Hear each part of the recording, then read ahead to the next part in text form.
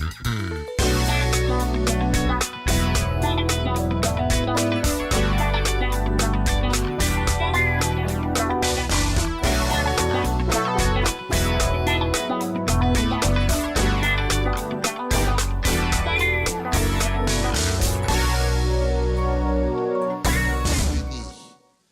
que tu es béni?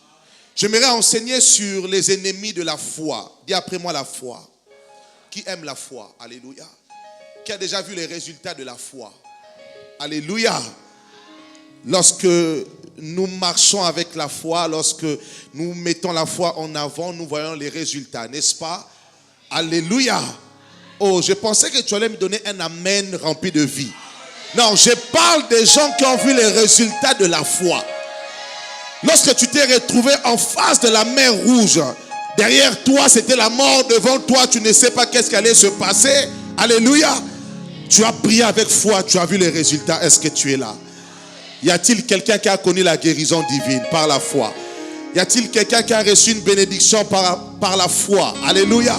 La foi ne trompe jamais. Dis à ton voisin, la foi ne trompe jamais. La foi ne te trahira jamais. Alléluia.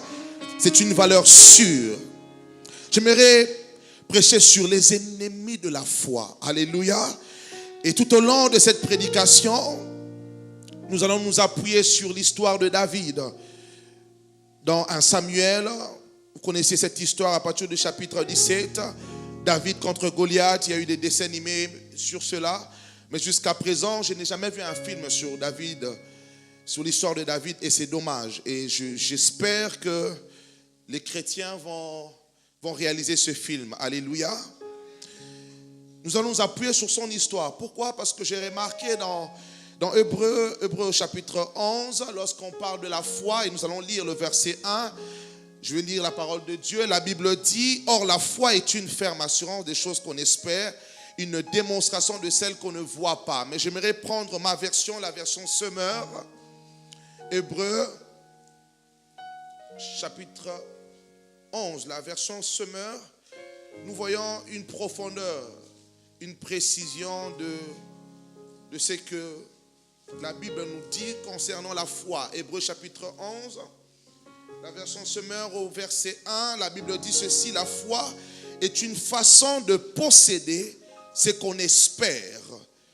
C'est un moyen d'être sûr des réalités qu'on ne voit pas. Je répète, la foi est une façon de posséder ce qu'on espère. Alléluia. C'est un moyen d'être sûr des réalités qu'on ne voit pas. Un moyen de posséder ce qu'on espère. La foi, un moyen de posséder ce qu'on espère. Alléluia. Comment tu peux posséder ce que tu espères? Par la foi. Parce que lorsqu'on espère quelque chose, ça veut dire qu'on ne l'a pas encore, n'est-ce pas? Mais la Bible nous dit que la foi, c'est un moyen de posséder. De posséder quelque chose qu'on espère. En d'autres termes, de l'avoir entre ses mains. Alléluia. De l'acquérir, de le posséder. Mais la Bible dit qu'on possède par la foi ce qu'on espère. Alors la foi, ce n'est pas simplement des discours, ce n'est pas simplement un rêve. Le souhait d'avoir quelque chose, ce n'est pas simplement une vision des choses de la vie, ce n'est pas l'espérance d'acquérir des choses, mais la Bible déclare que la foi, au-delà de l'espoir que nous avons, au-delà du rêve que nous avons, la foi nous permet de posséder ce que nous espérons. Alléluia. C'est là où je dis que être un homme qui est prospère, qui est riche, cela ne commence pas forcément par les zéros derrière le chiffre que tu as dans ton compte bancaire. Être riche, par exemple, c'est d'abord l'état d'esprit. Alléluia. Donne-moi un amen. On possède d'abord les choses en esprit. Alléluia. Tu n'as pas encore ton enfant, tu es enceinte. Pour ceux qui sont mères, tu es enceinte, ça fait 2 mois, 3 mois, mais tu as déjà commencé à préparer la maison, n'est-ce pas? Tu achètes le berceau, tu achètes les vêtements, alléluia. Tu prépares, tu aménages déjà ta maison, alléluia. Tu n'as pas encore l'enfant, mais tu possèdes déjà, alléluia. Pendant 9 mois, tu n'as pas encore vu l'enfant, mais pendant 9 mois, le climat de la maison, en fait, opère selon déjà le fait que l'enfant est déjà là. Tu te réveilles déjà le matin en te voyant bercer ton enfant. Alléluia. tu fais toutes choses durant les 9 mois comme si l'enfant était déjà là. En fait, tu l'as déjà possédé. Lorsqu'il y a un changement d'attitude, lorsqu'il y a un changement de comportement, cela veut dire que nous avons déjà possédé les choses, même si nos yeux ne l'ont pas encore vu, nos yeux physiques. Alléluia. C'est là où je dis qu'un être humain est d'abord esprit. L'homme est d'abord esprit. Il construit d'abord les choses dans l'esprit, dans sa pensée, dans son attitude. Alléluia. Dans son caractère. Il matérialise d'abord les choses dans son esprit. Il le possède avant de le voir physiquement. Alors la foi, la Bible dit que la foi est une façon de posséder ce qu'on espère. C'est un moyen d'être sûr des réalités. Je suis sûr. Alléluia. Alléluia. Je suis sûr des réalités qu'on ne voit pas. Je suis sûr d'avoir mon enfant. Alléluia. Je le sens dans mon ventre. Je sais que cet enfant viendra. Alléluia. Je suis sûr d'avoir mon diplôme. Je me suis préparé pour cela. J'aurai mon bac, j'aurai mon BTS. Je suis sûr d'avoir cette entreprise. Je suis sûr parce que je me suis préparé. Alléluia. Est-ce que je peux avancer? Est-ce que je peux avancer? Alors dans Éphésiens, c'est toujours l'apôtre Paul qui parle. Il nous parle encore de la foi. Éphésiens chapitre 2, le verset 8, il dit, car c'est par la foi que vous êtes sauvés par le moyen, non, c'est par la grâce que vous êtes sauvés par le moyen de la foi. L'apôtre Paul nous explique que la vie chrétienne, le salut au travers de Jésus-Christ, nous ne l'avons pas par la loi des Juifs à l'époque, alléluia, mais nous l'avons par la grâce. Nous ne sommes pas sauvés par les œuvres de la loi, mais nous sommes sauvés par la grâce. Dieu nous a fait grâce. Alléluia. Dieu a tant aimé le monde qu'il a donné son Fils. Il nous a fait grâce. Dieu a vu qu'aucun être humain peut marcher dans sa parole. Le cœur de l'homme est rempli de mauvaises choses. Dieu a observé. Il a envoyé des prophètes, il a envoyé des serviteurs, il a envoyé des messagers, la loi, les prophéties. Mais il voit que l'être humain ne change pas. Alléluia. Alors Dieu nous fait grâce. Dis à ton voisin, Dieu te fait grâce. Lorsque tu n'arrives plus, Dieu te fait grâce. Alléluia. Lorsque tu ne peux pas, Dieu te fait grâce. Lorsque tu as tout essayé et que tu n'arrives pas à faire les choses, Dieu te fait grâce. Dieu a fait grâce à l'humanité en donnant son Fils. Jésus-Christ est arrivé, Jésus-Christ a marché dans la parole de Dieu. Il s'est fait agneau immolé pour que nos péchés soient pardonnés. Et par la grâce de Dieu, nous sommes sauvés. Alléluia. Par la grâce de Dieu, nous sommes réconciliés avec Dieu. Par la grâce de Dieu, nous pouvons prier Dieu. Alléluia. Par la grâce de Dieu, nous sommes dans une intimité avec Dieu. Ce n'est pas par rapport à nos œuvres. Ce n'est pas parce que nos parents ont servi Dieu et que Dieu nous fait grâce d'avoir le salut. Non, c'est par la grâce. Dieu te fait grâce de l'aimer. Il te fait grâce de marcher dans sa parole. Car c'est par la grâce que vous êtes sauvés par le moyen de la foi. Vous êtes sauvés par la grâce, mais Dieu a utilisé un moyen, c'est la foi. Alors lorsqu'on parle de la foi c'est cette connexion qui nous permet de vivre dans cette grâce. Alléluia. La foi, c'est le moyen que Dieu a utilisé pour nous permettre de recevoir la grâce de Dieu, l'amour de Dieu. C'est par la foi que nous croyons que Dieu existe. Alléluia. C'est par la foi que lorsque nous nous retrouvons dans son lieu de culte, nous croyons qu'il est là, il est Emmanuel. C'est par la foi que nous croyons que Jésus est venu sur la terre, il est mort à la croix, il est ressuscité d'entre les morts. C'est par la foi que nous croyons que nous avons reçu sa justice. Alors, la communion avec Dieu dans la vie chrétienne n'est que basée que par la foi. Alléluia. Ta vie spirituelle, c'est la foi. Tout ce qui tourne autour de l'esprit, tout ce qui tourne autour de Dieu avec toi, ce n'est que basé par la foi. Si tu n'as pas la foi, tu ne peux pas être agréable à Dieu. Si tu n'as pas la foi, tu ne peux pas recevoir de Dieu. Alléluia.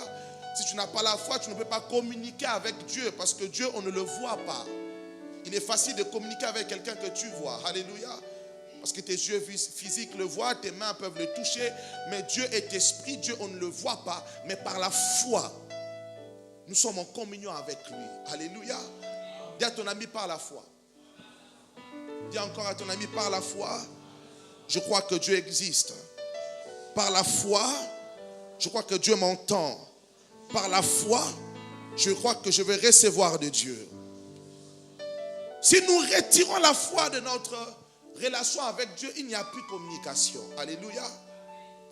La foi est le seul moyen qui rapproche le monde invisible où Dieu se trouve avec toutes ses richesses. Il les rapproche de notre monde physique. Et nous pouvons vivre les richesses de l'esprit et du monde spirituel dans notre physique. Un homme qui a la foi, c'est un homme qui ne met plus une grande distance entre lui et le monde spirituel. Un homme qui a la foi, le monde spirituel est proche de lui. Alléluia. Un homme qui a la foi brise tout ce qui est impossible. Avec la foi, il n'y a plus des éléments impossibles. Il n'y a plus de choses qu'on ne peut pas faire. Alléluia. La foi te rapproche du monde surnaturel. La foi te rapproche de ce qui est extraordinaire, ce qui est miraculeux. Alléluia. Un homme qui a la foi est capable de tout faire. Un homme qui a la foi est capable de tout voir. Un homme qui a la foi est capable de tout acquérir. Tout. Jésus le dit. Celui qui croit est capable de tout. Alléluia. Rien n'est impossible à celui qui croit. Alors la seule chose dont tu as besoin pour éliminer chaque problème dans ta vie, c'est la foi. Si tu nourris ta foi ne te trahira jamais. Alléluia. La foi, nous avons prêché la dernière fois. Lorsque je prêchais sur la foi, je disais que la foi est un esprit. Alléluia. La foi est un esprit, est une personne qui vient vivre en nous. Alléluia. Une personne que Dieu a utilisée pour nous accorder la grâce et une personne qui nous permet de vivre dans cette grâce-là. La foi te permet de vivre dans le ciel tout en étant sur la terre. Alléluia. La foi te permet d'expérimenter les choses du ciel tout en étant sur la terre. En fait, lorsque tu as la foi, tu seras différent des personnes de la terre. Pourquoi? Parce que toi, ton influence ne vient pas du monde terrestre, mais ton influence te vient de là où tu habites, de là où tu es dans le monde céleste. Les enfants de Dieu, nous sommes influencés par les principes du ciel et non de la terre. Alléluia. Parce que c'est le ciel qui gouverne la terre. C'est lui qui est influencé par la parole de Dieu dans le lieu céleste, par les principes de Dieu. Alléluia. Par les fruits de l'esprit de Dieu, est une personne qui va influencer automatiquement aussi la terre. Pourquoi? Parce que tu es influencé par le ciel. Est-ce que je peux avancer? La foi. Et la Bible dit, et cela ne vient pas de vous, lorsqu'on parle de la grâce de Dieu que nous avons reçue, cela ne vient pas de vous, et même de la foi. Cela ne vient pas de nous, mais c'est le don de Dieu. Alléluia. Le don que Dieu t'a accordé, c'est la foi. Alléluia. Dieu a tout mis dans la foi qu'il t'a accordée. Verset 9. Ce n'est point par les œuvres afin que personne ne se glorifie. Verset 10. Car nous sommes son ouvrage ayant été créés en Jésus-Christ pour les bonnes œuvres que Dieu a préparées d'avance afin que nous les pratiquions. Car nous sommes son œuvre, son ouvrage ayant été créés en Jésus-Christ. Lorsque tu acceptes le Seigneur, tu reçois la grâce, tu passes par la nouvelle naissance, tu es une nouvelle personne créée en Jésus-Christ pour des bonnes œuvres que Dieu a préparées d'avance afin que nous les pratiquions. Nous avons été créés en Jésus-Christ pour des bonnes œuvres que Dieu a préparées d'avance. Afin de faire quoi? De simplement le pratiquer. Il y a une facilité dans la foi. Alléluia. Donc lorsque tu reçois la foi en Christ, tu deviens une nouvelle créature. Alors tu rentres automatiquement dans ce chemin où tu dois atteindre chaque œuvre que Dieu a déjà préparée d'avance pour toi, afin que tu le pratiques simplement. Oh my God. Écoutez ce que la Bible dit. Afin que nous le pratiquions. Ça veut dire qu'on ne te demande pas de créer quelque chose. Alléluia. On ne te demande pas de faire des efforts pour avoir quelque chose. La Bible dit que Dieu l'a déjà préparé. Il a préparé cela d'avance. Alléluia. Le travail que tu auras, Dieu l'a déjà préparé. Le mariage que tu auras, Dieu l'a déjà préparé. Le ministère que tu auras, Dieu l'a déjà préparé. Alléluia. Il a déjà préparé les choses et Dieu l'a placé dans ta destinée. Afin que tu l'accomplisses, tu le pratiques. Alléluia. Afin que tu le pratiques. Les choses que Dieu a préparées pour nous dans la foi, nous n'aurons jamais des difficultés à le pratiquer parce que Dieu l'a déjà fait en sorte que nous puissions être compatibles à cela. Oh, j'avance. Alléluia. Est-ce que je peux avancer? Lorsque Dieu, par exemple, te donne un mariage selon Dieu, alléluia, c'est Dieu qui t'a donné ce mariage-là. Même si cet homme est un homme compliqué, alléluia, un homme que personne ne peut gérer par rapport à ses responsabilités, il peut avoir des humeurs un peu compliquées. Mais lorsque Dieu dit que cet homme-là, c'est les œuvres que j'ai mis en place, que j'ai préparées pour toi, alors dans ce mariage, tu auras une facilité par la grâce de Dieu à maîtriser les choses. Est-ce que je peux avancer? Les enfants de Dieu, nous, on ne crée pas des opportunités, non. Alléluia. On ne fabrique pas des bénédictions, non. On ne force pas des choses, on ne triche pas pour avoir, non. Nous sommes dans la paix, alléluia, parce que nous croyons par la foi. Dieu a préparé des œuvres que nous devons pratiquer. Alléluia. Lorsqu'on parle des œuvres, on parle aussi de ce comportement à avoir, mais on parle aussi des réalités de notre vie que nous devons posséder. Alléluia. Des bonnes œuvres. Ce que j'aime avec le Seigneur, c'est qu'il ne prépare pas des mauvaises œuvres. Dieu n'a pas un plan de malheur, mais un plan de bonheur pour ta vie. Alléluia. Est-ce que je parle à quelqu'un? Tu me diras, mais pasteur, mais moi je ne comprends pas, je rencontre que des difficultés et des échecs dans ma vie. Laisse-moi te dire que Dieu a préparé des bonnes œuvres. Alléluia. Ce n'est pas parce que tu rencontres des échecs que la finalité sera échec. Parce que la Bible me dit qu'il y a des bonnes œuvres.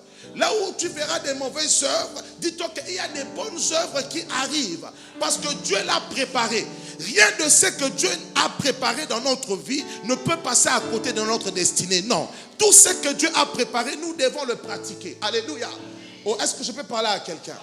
Même s'il y a 10 ans, 15 ans que tu attends, 20 ans, laisse-moi te dire qu'il y a des œuvres que Dieu a placées.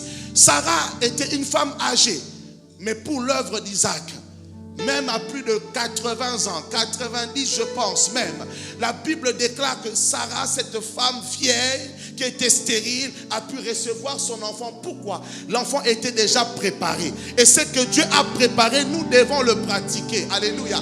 Il n'y a pas de possibilité de passer à côté. Non. Parce que Dieu ne gaspille rien. Dieu ne prépare pas pour mettre à la poubelle. Non, non, non. Lorsque Dieu prépare, c'est avec maîtrise. Alléluia. Lorsque Dieu prend son temps à préparer quelque chose, c'est parce qu'il se rassure que la chose sera pratiquée. Est-ce que tu es avec moi? Alléluia. Il y a des bonnes œuvres dans ta destinée. Tous ton voisin, dis-le, il y a des bonnes œuvres dans ta destinée. Alléluia. Éphésiens chapitre 6, le verset 11. C'est toujours Paul qui prêche. J'aime beaucoup lorsque Paul s'adresse à l'église d'Éphèse. Nous voyons un apôtre qui désire réellement les donner le meilleur comme enseignement. Paul les a donné des clés sur la foi, les clés sur le combat spirituel. Paul aimait tellement cette église qu'il n'aimait pas les voir, il n'aimerait pas les voir un jour perdre la mission. Alléluia. Paul prend le soin de les équiper. Il leur dit, revêtez aussi les armes spirituelles. Revêtez-vous de toutes les armes de Dieu afin de pouvoir tenir ferme contre les ruses du diable. Je ne suis pas encore dans ma prédication, je ne suis qu'à l'introduction, mais écoute ce que j'ai à dire. Il dit, revêtez-vous de toutes les armes de Dieu afin de pouvoir tenir ferme contre les ruses du diable. En d'autres termes, tenir ferme dans la foi. Alléluia. J'aime le verset 16. Il dit, prenez par-dessus tout cela le bouclier de la foi. Ici, dans le verset 16, nous voyons que le bouclier n'est pas simplement une personne qui vient nous aider, un esprit qui vient nous aider à être en communication avec le royaume des cieux. Mais dans le verset 16, il identifie maintenant la foi comme un bouclier. Alléluia. Par là, nous voyons qu'un homme de foi rencontrera des combats. Parce que lorsqu'on parle des armes, on parle de bouclier, c'est pour une personne dont on a placé des combats dans sa destinée. il n'y a pas une réalisation parfaite des œuvres de Dieu sans rencontrer des combats. Alléluia. Est-ce que je peux parler à quelqu'un? À chaque fois que tu vois un combat, des obstacles, dis-toi qu'après cet orage, après ce combat, il y a une bénédiction qui t'attend. Il dit, tenez ferme. Prenez par-dessus le bouclier de la foi. Alors, la foi aussi peut être un bouclier. Dis après moi, un bouclier. Un bouclier. Dans l'Empire romain, dans l'époque dans laquelle Paul va écrire cette lettre, cette armée de l'Empire romain était très connue par rapport à sa faculté de se battre. Même son armure, leur armure était très spéciale, afin de repousser surtout ce qu'on appelle les traits enflammés du diable. Lorsqu'on regarde un peu, même les boucliers des soldats romains, c'était des boucliers qui prenaient réellement pratiquement tout le corps. Alléluia. Lorsqu'un soldat romain levait son bouclier, il est difficile pour toi de l'atteindre. Pourquoi? Parce que pratiquement tout son être était gardé. Alléluia. Lorsque tu as la foi, Dieu te dit, élève ta foi comme un bouclier. Lorsque les combats font rage, élève ta foi comme un bouclier. Alléluia. Une personne qui a reçu la promesse de Dieu, lorsque tu sens les difficultés, tu lèves ton bouclier, tu lèves la promesse. Tu parles aux attaques en disant, j'ai la promesse de Dieu. Alléluia. Tu ne laisses pas les problèmes t'atteindre. Tu ne laisses pas les flèches de l'ennemi t'atteindre, mais tu élèves le bouclier de la foi. Lorsqu'on parle du bouclier de la foi, mes amis, le bouclier, ce n'est pas... ne fait pas partie des armes qu'on peut construire facilement. Un bouclier, pour le forger, on prend le temps. Alléluia. On prend le temps pour le forger. Pour édifier un bouclier, il faut beaucoup d'éléments. Il faut un parcours de construction. En d'autres termes, Dieu ne te permettra pas de rentrer dans la réalisation des œuvres qu'il a mis pour toi si tu n'as pas d'abord édifié ton bouclier. Alléluia. Parce qu'il ne suffit pas simplement de posséder l'œuvre que Dieu a mis dans notre destinée, mais il faut aussi protéger cette œuvre. Parce que le diable, si le diable a loupé un combat dans lequel le diable devait t'empêcher d'acquérir ta bénédiction, dis-toi que le diable reviendra lorsque tu auras ta bénédiction. Tant que tu vivras, il ne lâchera pas. Alléluia. Alléluia. C'est là où je dis qu'un enfant de Dieu doit avoir l'état d'esprit d'un combattant. Lorsque tu es un soldat et que tu as l'habitude d'avoir des guerres, des combats, lorsqu'il y aura des combats dans ta vie, cela ne va même plus t'inquiéter parce que tu as l'habitude de combattre. Alléluia. Un enfant de Dieu dans une certaine dimension de maturité, c'est une personne qui n'a même plus peur de combat.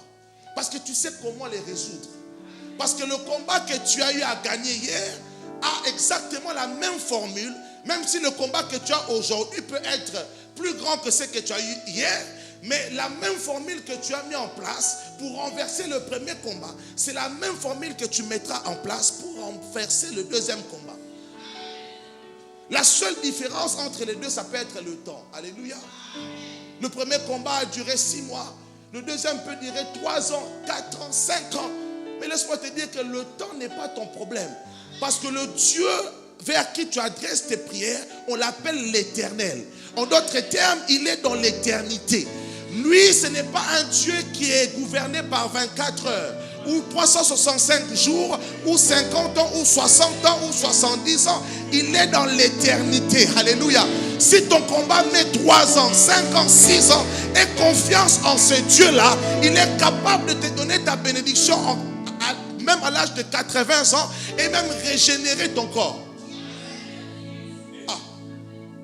Oh, donne-moi un amen. Mais ça fait longtemps. Pasteur, l'âge avance. Alléluia. L'âge avance, pasteur. Quand est-ce que moi aussi je vais connaître l'amour? Vous avez des dames à 50 ans. Elles ont connu l'amour à 50 ans. Eh oui. Alléluia. Oh, donne-moi un amen. Le temps n'est pas ton problème. Pasteur, je n'ai rien construit de ma vie, pasteur. J'ai 50, 60 ans, 70 ans. Je n'ai même pas une maison. La Bible dit que vous habiterez des maisons que vous n'avez même pas construites.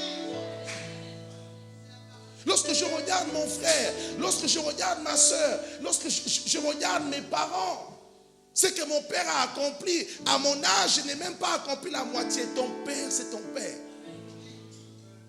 Alléluia. C'est lui qui a la foi. La foi ne te trahira jamais. Oui, c'est dur d'attendre. Parce que lorsque tu attends la réalisation de ta promesse, le diable t'enverra toujours des personnes autour de toi. Alléluia. Qui vont te miroiter leur bénédiction ou leur succès. Alléluia. En disant que moi j'ai la Porsche, moi j'ai la maison, moi j'ai ceci, moi j'ai le ministère, moi j'ai l'église, moi j'ai... Bien-aimé dans le Seigneur, chacun a sa destinée. Alléluia. Vous avez beaucoup de gens qui sont en train de vivre des soi-disant bénédictions, mais qui ne sont pas à la mesure de leurs pieds. Alléluia. Il ne suffit pas simplement de recevoir une soi-disant bénédiction, mais il faut aussi avoir les capacités pour jouir dans cette bénédiction. Mais seule la bénédiction qui vient de l'Éternel nous enrichit. Parce que vous avez aussi des bénédictions qui ne viennent pas de l'Éternel. Et une fois que tu es dedans, tu as envie de ressortir. Alléluia. Mais tu es déjà dedans. Dis à ton voisin, tu es déjà dedans. Dis-lui, lorsque tu te maries, tu es déjà dedans. On ne sort pas. Tu es dedans. Il faut assumer.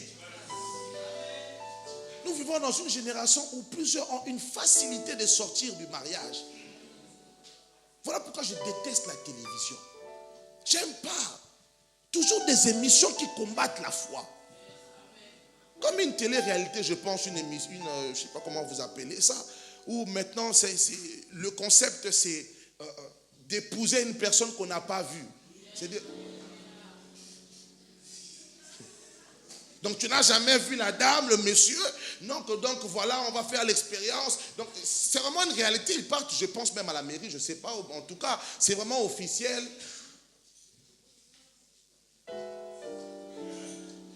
Comme pour plusieurs personnes, le mariage, c'est rien. De toute façon, tu essaies. Si ça ne marche pas, tu déchires. Oh, j'aimerais que Dieu garde notre foi. Est-ce que je peux avancer? Est-ce que je peux avancer? Il existe 3 ennemis de la foi. 3 ennemis qui combattent ta foi. 3 ennemis qui ne veulent pas te voir pratiquer les œuvres de Dieu. Ils ne veulent pas te voir être assis sur le trône du roi.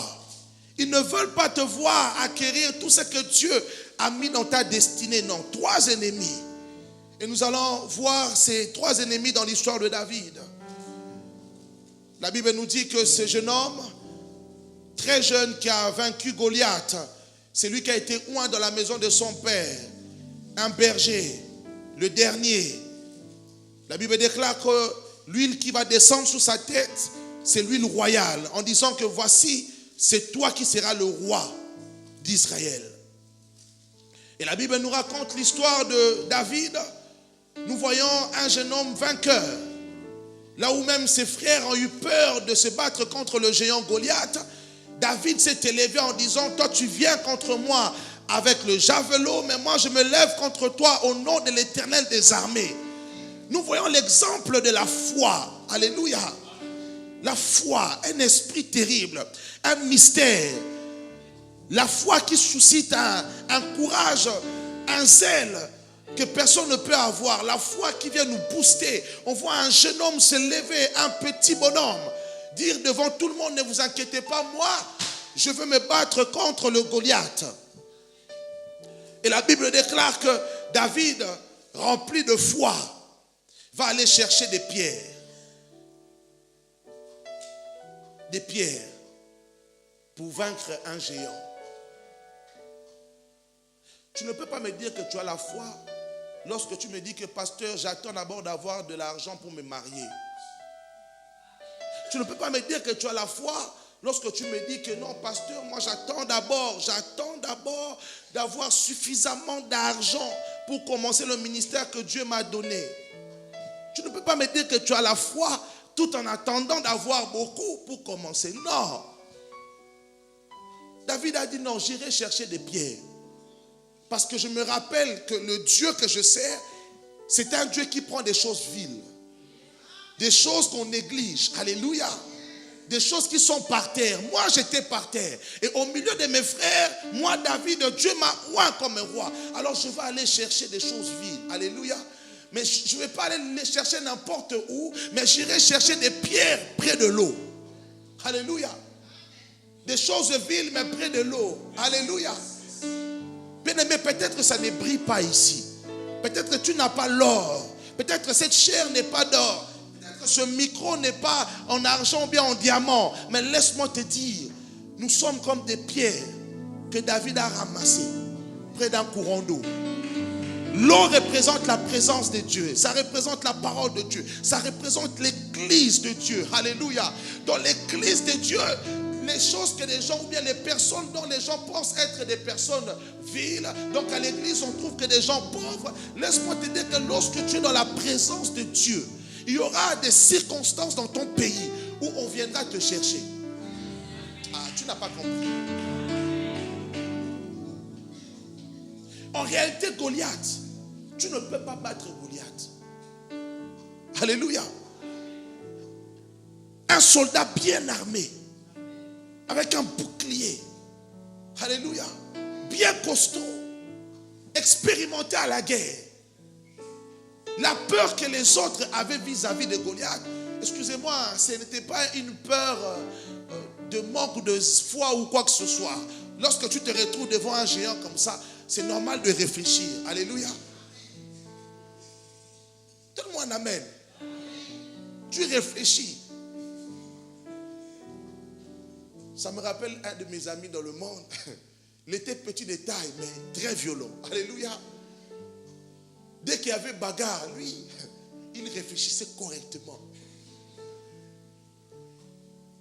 Il ne sautait pas comme ça, non. Il allait chercher des chaises, des barres de fer. Il sait que le gars là, si je m'attaque à lui comme ça, je ne saurais pas. Les frères de David ont dit non, c'est compliqué. Nous avons mesuré, c'est compliqué. David avait la foi, mais David aussi avait mesuré. La foi n'exclut pas de mesurer, d'étudier, de faire un business plan. Alléluia. La foi n'est pas la folie des grandeurs. Non, non, non, non, non. On a la foi, mais on a aussi des yeux. Mais on ne se laisse pas tromper par ce qu'on voit. Alléluia. Nos yeux nous permettent simplement de bien mesurer le problème que nous allons abattre. David a réfléchi. Il a dit non. Si je m'attaque à lui comme ça, ça va être compliqué. Mais lorsque je regarde, c'est un soldat qui a porté un casque. Mais au milieu du casque, il y a un peu de l'espace. Et avec ma précision de lancer en tant que berger, avec une pierre et ma lance-pierre, si je vise bien, je peux l'atteindre. J'aimerais que Dieu mette de l'intelligence dans ta foi. Alléluia. Qu'il mette la sagesse dans ta foi. Alléluia. Que tu dors pendant la nuit, Dieu te montre un rêve précis d'un endroit où tu peux te joindre, où tu peux aller dans cet endroit-là. Dieu te montre avec précision que si tu achètes ce livre-là, tu vas réussir. Dieu te dit, écoutez, Dieu peut te donner même un numéro de téléphone. Tu ne peux pas rentrer dans ta destinée sans précision. David a étudié. Il a dit non, Saoul me présente son épée, mais ça va être compliqué. Alléluia. C'est 3 mètres, moi c'est 1,80 m, c'est compliqué. Il dit non, je vais prendre une pierre. Dis après moi une pierre. Dis après moi une pierre. Le monde peut être intelligent comme il le pense. À un certain niveau, ils auront besoin de notre onction. À un certain niveau, l'argent ne suffit pas. À un certain niveau, la diplomatie politique ne suffit plus. Alléluia. Alléluia. À un certain niveau du problème, on va aller chercher les pierres. Les pierres. Alléluia. Les pierres qui ont l'onction. C'est là où je te dis, mon frère, ma soeur, valorise le don que tu as. Le monde j'ai appris que maintenant, excusez-moi, ce cannabis qu'on appelle le shit ne suffit plus maintenant. On me dit que de plus en plus jeunes, c'est de la cocaïne que les jeunes de 17, 18, 19 ans, 20 ans prennent. On dit que le shit est semblant maintenant à la cigarette, c'est bas, il faut taper plus haut. Alléluia. Tu vas essayer shit, marijuana, cocaïne, Henken, à un certain niveau, tu verras que ça ne suffit pas. Alléluia. Mais si tu viens vers Jésus, Jésus dit, je vous donne la paix que le monde ne peut pas vous donner. Alléluia. C'est là où Paul dit, soyez ivres de l'esprit. Que Dieu fasse de toi un dealer. Mais pas un dealer de marijuana, mais un dealer de la parole de Dieu. Alléluia. Tu rencontres un junkie. Tu lui dis, je n'ai ni marijuana, ni cocaïne, mais ce que j'ai, je te le donne. Reçois le Saint-Esprit. Oh, bien-aimé, je prie que l'Église réalise que nous avons une richesse. Le monde a tout essayé. Il est temps maintenant où la Bible déclare la création tout entière attend avec un ardent désir la révélation des fils de Dieu. Ceux-là qui ont la solution. Ceux-là qui sont comme des pierres bafouées. Des pierres sur lesquelles on marche. Mais pour abattre Goliath, tu as besoin de cette pierre. Donne-moi un amen. Dis à ton voisin, tu as besoin de cette pierre. Alléluia. Comme dit mon père spirituel, reste calme. Ils auront des problèmes et ils penseront à nous. Comprends ce que je suis en train de dire? Alléluia. Reste calme, ils peuvent nous insulter. Alléluia. Mais lorsque ça va chauffer, c'est nous qu'on appelle. Celui qui a compris a compris. Est-ce qu'on peut acclamer la parole de Dieu? Alléluia. David a vaincu Goliath, un homme de foi. Vous connaissez l'histoire de David. Pourchassé par Saoul, ce roi que Dieu avait rejeté, afin de choisir l'homme selon son cœur, David, le roi selon le cœur de Dieu. La Bible déclare que Saoul va chercher la mort de David. David était obligé de fuir. L'ennemi numéro 1 de la foi, bien-aimé, c'est la solitude. Dis après moi la solitude. La solitude dans la vision. Tu as la vision, mais tu te retrouves dans une phase où tu sens la solitude. Lorsque tu es l'enfant de la promesse, à un certain niveau de ta vie chrétienne, tu dois te retrouver seul. Alléluia. Seul. Les parcours des grands, il y a des étapes où tu dois t'arrêter et te retrouver seul. David a fui. Ce David qui a été acclamé, la Bible déclare, lorsque David revenait de la guerre, on pouvait chanter que Saoul a tué 1000, mais David a tué 10 000. Les femmes chantaient, alléluia. David était un soldat connu, respecté, un jeune homme qui habitait dans la cour royale. Il était sur la table du roi. Tout le monde l'entourait. Mais voici, lorsque Saoul le pourchasse, David était obligé de fuir dans le désert. Et la Bible déclare que non seulement dans le désert, mais dans 1 Samuel chapitre 22, David va se retrouver dans une grotte. Vous avez beaucoup de personnes, bien-aimées, qui sont dans des grottes, qu'on appelle la solitude. Tu vois la personne sourire, mais dans son âme, c'est la solitude. Alléluia. Tu le vois comme ça marcher, mais la personne est seule dans son esprit, dans son âme. David s'est retrouvé seul à cause de la promesse de Dieu, à cause de l'onction de Dieu sur sa tête, à cause de ce que Dieu avait donné sur sa vie. La Bible déclare que David était obligé de fuir. Lorsque tu reçois la promesse de Dieu, lorsque Dieu te dit d'accomplir quelque chose, lorsque tu es dans le chemin où tu dois réaliser les bonnes œuvres que Dieu a mises en place pour toi, tu vas rencontrer des ennemis qui seront là simplement pour détruire ta foi. Et l'ennemi numéro 1, c'est la solitude. Pourquoi? Parce que dans la solitude, tu peux perdre la foi. Alléluia. Dans la solitude, c'est la grotte où tu as beaucoup de questions. C'est la grotte où tout le monde te parle.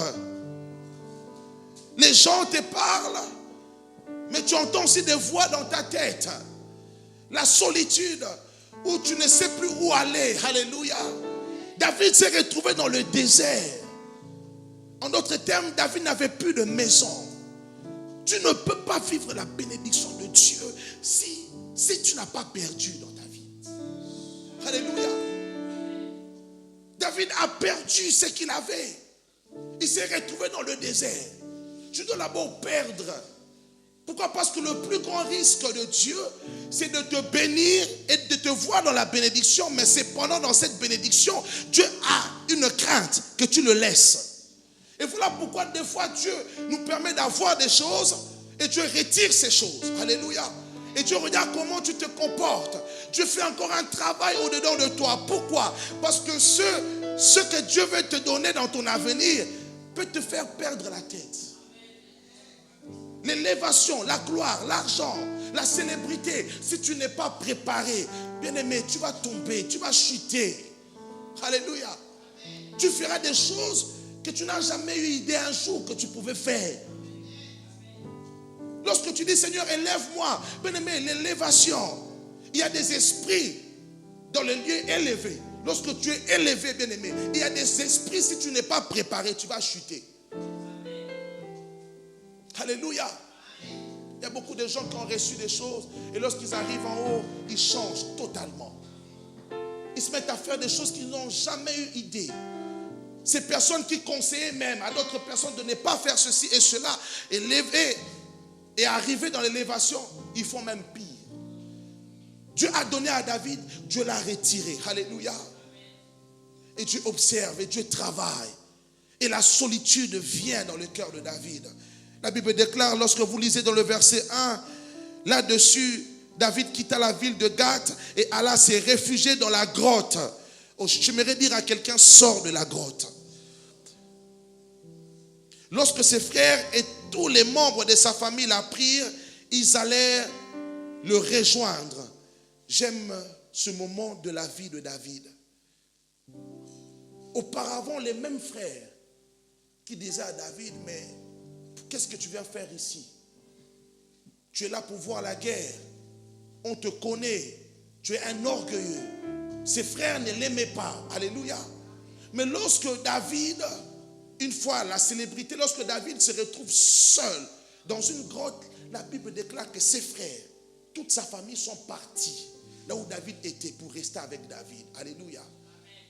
Ce que j'aime avec Dieu, lorsque la solitude vient t'attaquer et que la solitude veut te pousser à faire des choses horribles parce que tu es seul.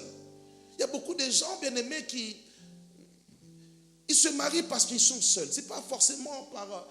Ils se sentent seuls. Alléluia. Bien-aimé, tu dois briser ça. Ne cherche pas à avoir quelque chose parce que tu es seul. Non. Alléluia. Cherche à être comblé d'abord par ce que Dieu te donne. Contente toi-même du peu que Dieu te donne d'abord. Il y a beaucoup de gens qui veulent avoir au-delà de leur niveau financier. Non, tu ne peux pas. Alléluia. La foi ou bien l'attitude dans la foi ne veut pas dire acheter des choses qui coûtent plus cher que ce qu'on gagne. Non. Alléluia.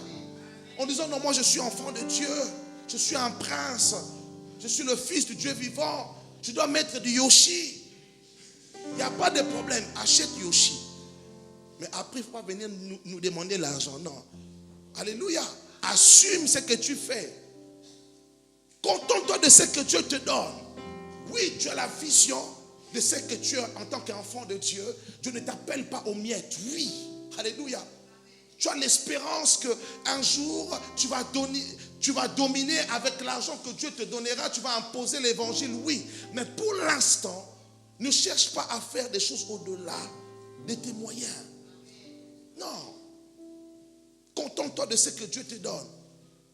Tout en n'acceptant pas de rester longtemps à ce niveau. Mais tu chéris déjà ce que Dieu t'a déjà donné. Alléluia. Et puis tu espères, tu travailles pour avoir plus. Mais ne commence pas à faire une grande vision et Tu cherches à atteindre cette vision, mais tu gagnes 1000 euros. Toi, tu veux rouler dans une voiture à 50 000 euros. Mais tu finiras par voler. La solitude de la prospérité a poussé des gens, même tout en étant chrétiens, à trahir leur foi pour recevoir, alléluia, et en pensant que la belle voiture va combler notre vide, les matériels vont combler nos vides, mais non, la solitude doit être brisée par la présence de Dieu. Dites après moi la présence de Dieu. C'est la présence de Dieu qui a attiré la famille de David autour de David. Il y a un moment dans ta vie, Dieu va attirer les bonnes personnes. Lorsque l'ennemi de la foi qu'on appelle la solitude sera en train de te combattre, Dieu qui a mis sa promesse en toi va te diriger ou va diriger certaines personnes dans ta vie qui vont solidifier encore ta foi. C'était un moment crucial pour la vie de David. Lorsqu'il voit sa famille arriver, il se dit, je ne suis pas seul. Lorsqu'il voit ses frères arriver, il se dit, l'Éternel croit encore en moi. Alléluia. Lorsque son père arrive, il se dit, oui, l'Éternel ne m'a pas oublié. Je prie, toi qui es en train de vivre un combat de solitude, que Dieu attire des bonnes personnes autour de toi. Alléluia. Que Dieu enlève les mauvaises personnes qui vont mal te conseiller dans cette solitude. Est-ce que je peux avancer? Deuxième ennemi de la foi, l'injustice selon Dieu. Alléluia. Nous lisons la parole de Dieu. 1 Samuel chapitre 24. 1 Samuel chapitre 24. De là, David monta vers les lieux forts d'En-Gedi où il demeura. Lorsque Saül fut revenu de la poursuite des Philistins, on vint lui dire, voici, David est dans le désert d'En-Gedi.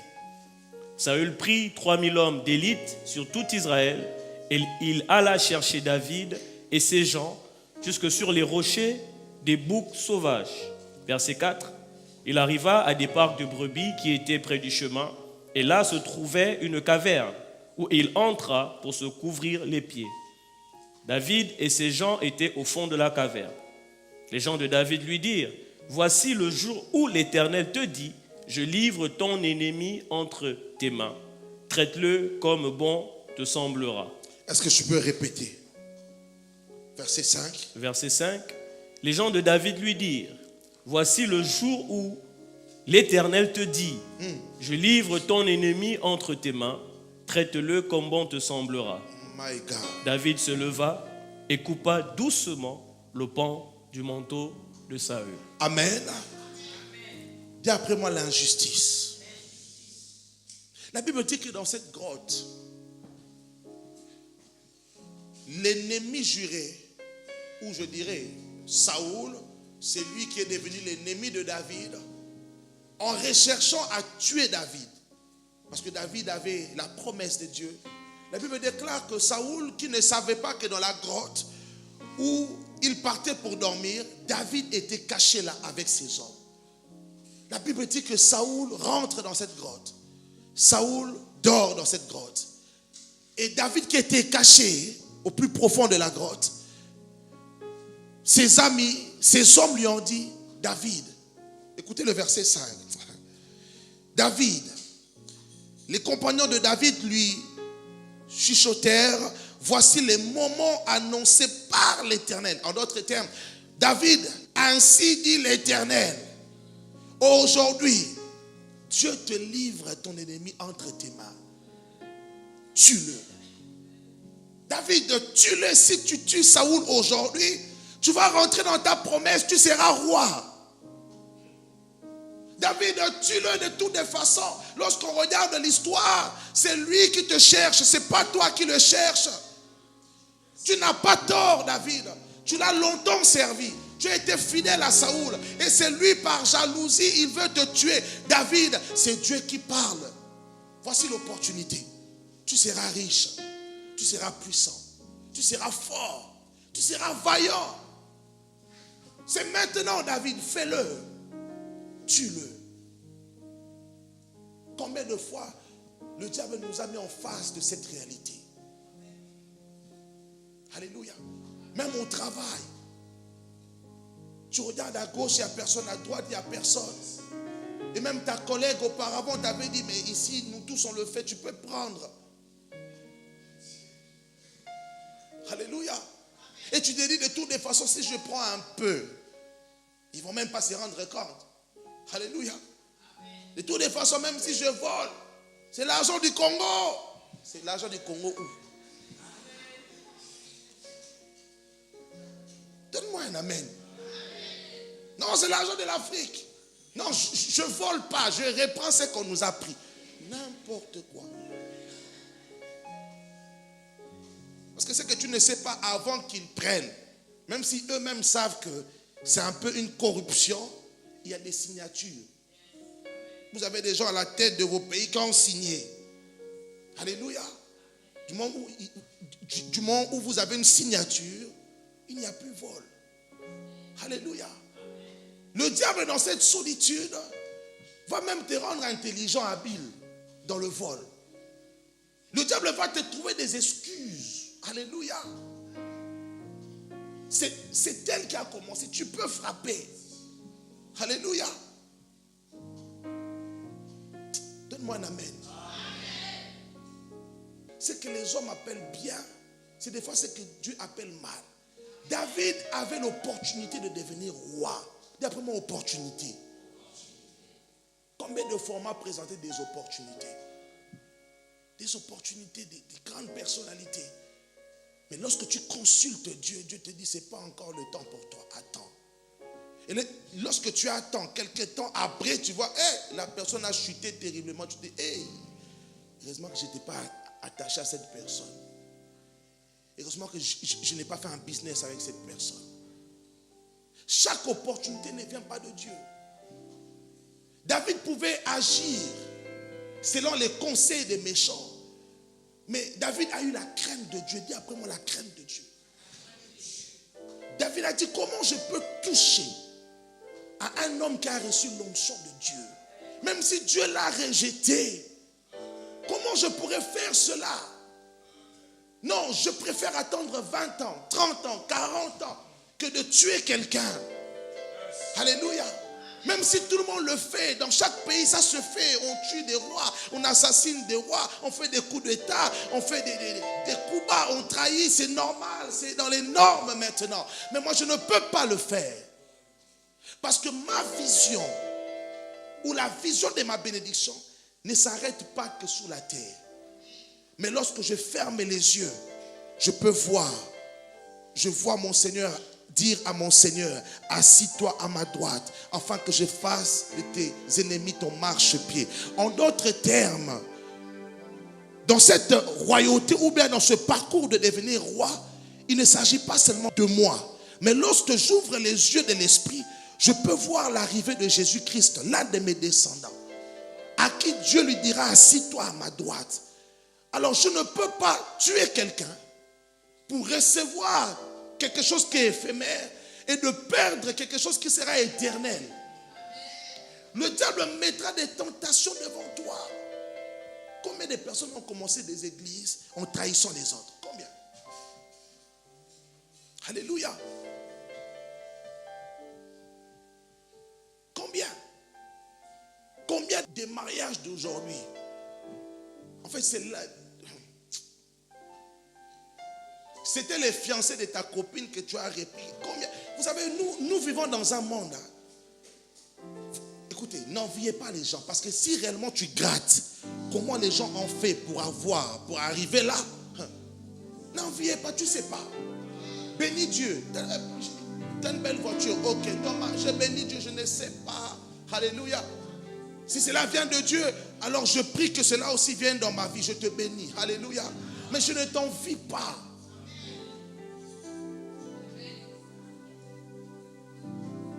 Tu veux être à ma place, il n'y a pas de problème. Si Dieu peut me permettre d'être en retraite plus tôt, viens, prends. Mais est-ce que c'est compatible? Est-ce que tu sauras? Est-ce que tu sais gérer la pression? Alléluia. Toi, tu dors bien. Mais des fois, lorsque tu es pasteur, tu dors, mais à 4 heures, tu te réveilles. Tu te réveilles, tu commences à penser à l'église. Alléluia. Alléluia. Des fois, tu sens une pression. Juste avant de venir prêcher, tu sens qu'on t'attaque. Tu sens. Tu es dans ta voiture, tu viens avec, mais tu sens que tu es oppressé. Tu sens des esprits t'attaquer. Comment tu fais pour gérer ça? Alléluia. Comment tu fais pour gérer lorsque les gens t'acclament? Parce que dans l'acclamation peut te permettre de remettre la gloire à celui qui t'a élevé, donc à t'humilier. Mais l'acclamation aussi peut aussi te pousser à avoir la place de celui qui t'a élevé. Et de ne plus être appelé Lucifer, mais Satan. Comment tu fais pour gérer ça? Alléluia. Ne demande pas des choses que tu ne peux pas gérer. Beaucoup de personnes ont pris des places qu'ils ont enviées. En fin de compte, une fois sur cette place, ils ont vu que c'était compliqué. Plus compliqué que ce qu'ils pensaient. Alléluia. Donne-moi un amen. Tu veux créer une entreprise, c'est bien. Mais est-ce que tu es prêt à te réveiller le matin à 5 heures du matin et à rentrer à 22 heures? Pendant au moins 5 ans, tu dois le faire. De 5 heures du matin à 22 heures. N'en fais pas quelque chose sans accepter le prix à payer. David ne pouvait pas tuer Saoul. Alléluia. Parce que David a eu à voir comment Saoul a trimé pour gérer sa royauté. Lorsque tu as en face de toi une personne qui est ce que toi tu veux être, même si la personne fait des erreurs, ne le tue pas. Ne l'accuse pas. Ne le blâme pas. Alléluia. Parce que c'est la place que tu souhaites avoir. Est-ce que je peux vous dire une chose? Est-ce que vous savez qu'au-delà de la prophétie de Samuel sur David, le deuxième plus grand prophète, le deuxième grand prophète de David, c'était Saoul. Lorsque vous lisez, Saoul a prophétisé et a béni David. Lisons. Alors David sortit de la grotte derrière lui et appela Saoul, mon Seigneur le roi. Dans d'autres versions, David dit, mon père. J'aime les fils spirituels qui ont des principes. Saoul se retourna et David s'inclina respectueusement. Ah! Le gars veut te tuer. Il vient dans ta chambre à coucher, il dort. Tu peux le tuer, tu ne le tues pas. Le lendemain, le monsieur sort. Toi aussi, tu sors. Tu l'appelles déjà mon père, mon Seigneur, mon roi. Et lorsque Saoul se retourne, la Bible dit que tu t'inclines. Il n'y a pas de grandeur sans le cœur des grands. Alléluia. Est-ce que tu as le cœur de ce que tu demandes? David avait un cœur extraordinaire. David n'était pas obligé de s'incliner. La Bible dit, il s'inclina. En d'autres termes, je respecte qui tu es. Même si je sais que ce n'est pas toi, mais c'est le diable qui t'utilise. Verset 10, il dit à Saoul, pourquoi écoutes-tu ceux qui te disent que je cherche à te nuire? Aujourd'hui même, tu vois de tes yeux que l'Éternel t'avait livré en mon pouvoir dans la grotte. On me disait de te tuer, mais je t'ai épargné. Et j'ai dit, je ne porterai pas la main sur mon Seigneur, car il a reçu l'onction de la part de l'Éternel. Regarde, oh mon Père. Oui, regarde ce que je tiens dans ma main. Un pan de ton manteau. Puisque j'ai coupé le pan de ton manteau et que je ne t'ai pas tué. Reconnais donc qu'il n'y a de ma part ni malveillance ni révolte. Et que je n'ai aucun tort envers toi. Alors que toi, tu me traques pour m'ôter la vie. Que l'Éternel juge entre moi et toi et qu'il te fasse payer le mal que tu m'as fait. Mais moi, je ne te porterai pas la main. Je ne porterai pas la main sur toi. Comme le dit le vieux proverbe, du méchant vient la méchanceté. Mais je ne porterai pas la main sur toi. Contre qui le roi d'Israël est-il parti en guerre? Qui poursuis-tu? Un chien mort? Quel cœur! Il dit, tu poursuis un chien mort. Tant que je ne suis pas sur le trône comme toi, même si j'ai l'onction, je suis un chien. Toi, tu es le roi. David a servi Saoul jusqu'à la dernière minute.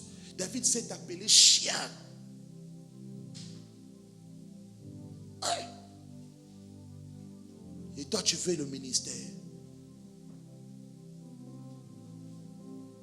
Toi, tu veux le ministère. grands ont eu à faire si Dieu te montrait leur parcours. Il y a des histoires terribles sur des hommes de Dieu. Bien aimés, nous avons fait des choses. Et aujourd'hui, ne t'étonne pas de voir ceux-là qui ont servi d'autres grands devenir grands. Écoutez, la vie, lorsque tu as la foi te fera comprendre des choses que les gens ne veulent pas comprendre. Ce que les gens appellent, vas-y, tu fais du lèche. Non, ce n'est pas du lèche que tu fais. Tu as la foi. L'humilité précède la gloire. Alléluia. Toi, tu veux être grand. Toi, tu veux être riche.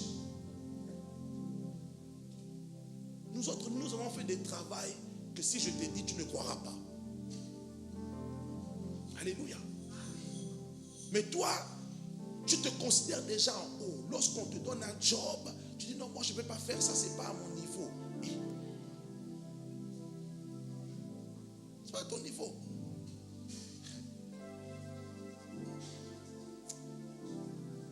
Bien aimé, est-ce que toi tu as déjà mis tes bottes, tu es rentré dans la... Alléluia.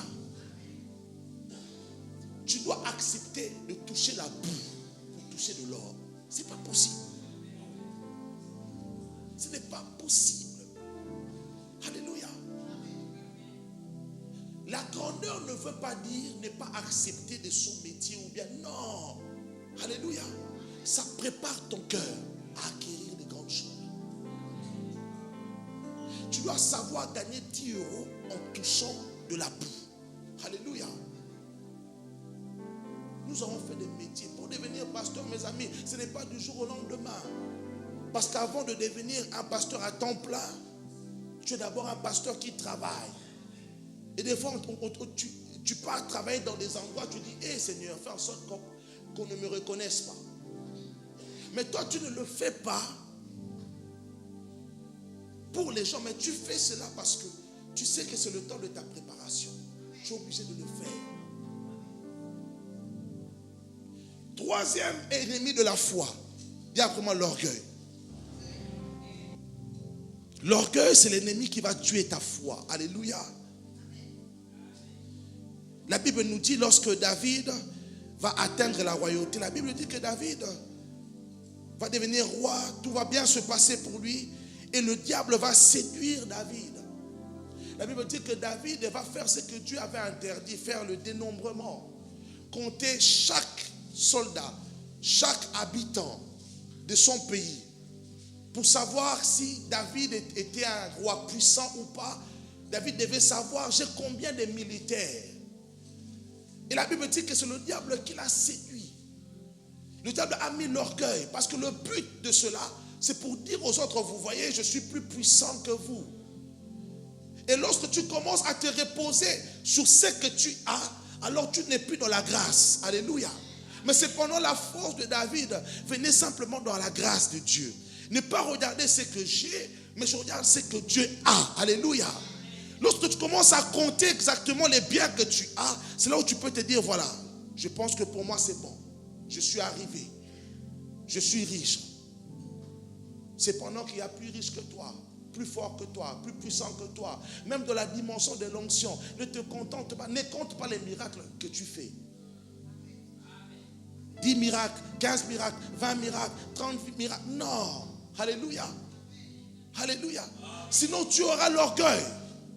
Tu vas commencer à te dire, moi j'ai opéré combien?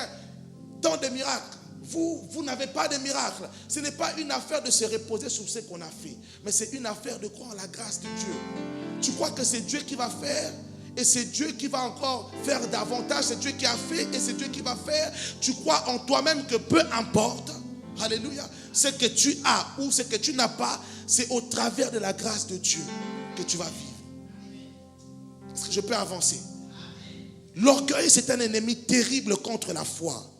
Lorsque tu commences à être orgueilleux, tu ne vois plus la vision que Dieu t'a donnée, mais tu commences à trafiquer ta vision. Alléluia. Alléluia. Tu commences à regarder ce qui se fait chez l'autre, c'est pendant que Dieu veut que tu regardes ton champ. Tu commences à faire des séminaires par rapport aux séminaires des autres. Non, fais le séminaire que tu veux faire selon Dieu. Alléluia. Tu commences à regarder ce que les autres font et tu te compares à eux. Non. Toi, fais comme Dieu veut que tu fasses. Ce qui est plus important, c'est l'approbation de Dieu au lieu de l'approbation des hommes. Alléluia. Alléluia. Touche ton voisin, dis-lui, détruis les ennemis de ta foi. Dis-lui, détruis la solitude, l'injustice et l'orgueil, afin que ta foi soit un bouclier, afin que ta foi te fasse posséder ce que tu espères et que tu vives dans la réalité de ta promesse. Au nom de Jésus. Est-ce qu'on peut acclamer le Seigneur? Lève-toi dans la présence de Dieu. Dis à ton voisin, la foi est ta seule richesse. J'aimerais que nous prions pour la foi aujourd'hui. Je sens réellement dans mon esprit qu'il y a beaucoup de personnes que Dieu veut réellement bénir, mais leur foi est combattue. Alléluia. Il y a des gens, vous êtes à quelques mètres, à quelques pas de maison, à quelques mètres de la réalisation de vos promesses, mais votre foi est combattue, vous êtes arrêté. Tu es tenté de commettre des choses, tu es tenté. Tu dis, ça fait longtemps que j'attends, je suis fatigué. J'attends la réalisation de la promesse de Dieu. Non, je suis fatigué, Seigneur. Jusqu'à quand? Laisse-moi faire comme tout le monde. Dieu te dit, ne fais pas comme tout le monde. Lève tes mains. Commence à présenter ta foi devant Dieu. Dis, Seigneur, voici ma foi. Elle n'est pas peut-être grande, Seigneur. Elle n'est pas peut-être extraordinaire. Mais tu as dit, même une petite foi peut déplacer les montagnes. Alors voici ma foi, Seigneur. Soutiens-moi dans ma foi. Tu sais qu'il y a beaucoup de tentations devant de moi, Seigneur. Je suis tenté de faire des choses que je veux regretter, Seigneur. Tenté d'être comme tout le monde, Seigneur. Mais voici ma foi. Je crois qu'avec la foi, je vais posséder et je vais vivre la réalisation de la promesse. Commence à prier pour ta foi. Présente ta foi devant Dieu. Dis au Seigneur, soutiens ma foi. Dis-lui, soutiens ma foi, Seigneur. Je crois en ta promesse, Seigneur. Je crois en ta parole. Mais je reçois des flèches de l'ennemi. Autour de moi, Seigneur, qu'il y ait des mauvaises pensées. Je reçois des flèches, Seigneur. Je veux abandonner. Je veux retourner en Égypte. Faire comme tout le monde, Seigneur. Mais je crois au plus profond de moi que tu m'as appelé. Je crois au plus profond de moi que les rêves que j'ai, Seigneur, oh Seigneur, ces rêves viennent de toi. Je crois, mais je suis, Seigneur, face à un mur. Seigneur, soutiens ma foi. Lève ta voix, commence à prier. Commence à présenter ta foi. Dis, Seigneur, si ma foi est endormie, Seigneur, réveille ma foi. Si ma foi, Seigneur, est affaiblie, Seigneur, réveille ma foi, Seigneur. Oh Dieu, que ma foi soit comme un bouclier. Je veux repousser, Seigneur, jusqu'à ce que je veux réaliser, Seigneur, être dans la réalisation de ta promesse. Seigneur, que ma foi repousse toutes les mauvaises pensées qui arrivent dans ma tête, toutes les mauvaises pensées qui touchent à mon cœur. Que, Seigneur, cette épée repousse, Seigneur, ces flèches. Que ma foi soit solide, Seigneur. Je ne veux pas commettre l'injustice. Je ne veux pas agir avec orgueil, Seigneur. Oh Dieu d'Israël, sors-moi de cette solitude, de cette tristesse, Seigneur. Autour de moi, Seigneur, je sens des mauvaises idées, des mauvaises pensées. Oh Dieu, je suis oppressé. Seigneur, enlève, Seigneur, l'oppression spirituelle. Enlève, Seigneur, cette pression que je sens. Donne-moi la paix, oh Dieu, car la réalisation de ta promesse se fera dans la paix, Seigneur. Que la foi me donne l'attitude, Seigneur, à voir en face, Seigneur, de ces attaques. L'attitude de paix, de force, d'audace, de foi, Seigneur, mon Dieu. Aide-moi, Seigneur. Commence à prier. Dis, Seigneur, remplis ma foi. Remplis ma foi de ton esprit. Remplis ma foi de ton esprit. Kandaraba soto robo santayaba. Hande robo satare kete namasateyaba. Touche ma foi, Seigneur. Je sens au plus profond de moi que tu as un plan pour moi. Je sens que ce projet vient de toi. Mais Seigneur, soutiens ma foi. Depuis que j'ai commencé ce projet, Seigneur, je suis combattu. Soutiens ma foi, Seigneur. Soutiens ma foi. Soutiens ma foi.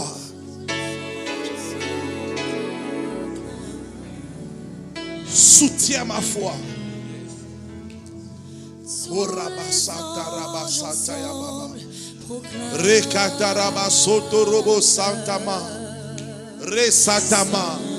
Dis, Seigneur, change mon attitude. Je veux avoir l'attitude d'un vainqueur, Seigneur. Je ne veux pas marcher la tête baissée. Relève ma tête, Seigneur. Aide-moi. Aide-moi à écouter ta parole.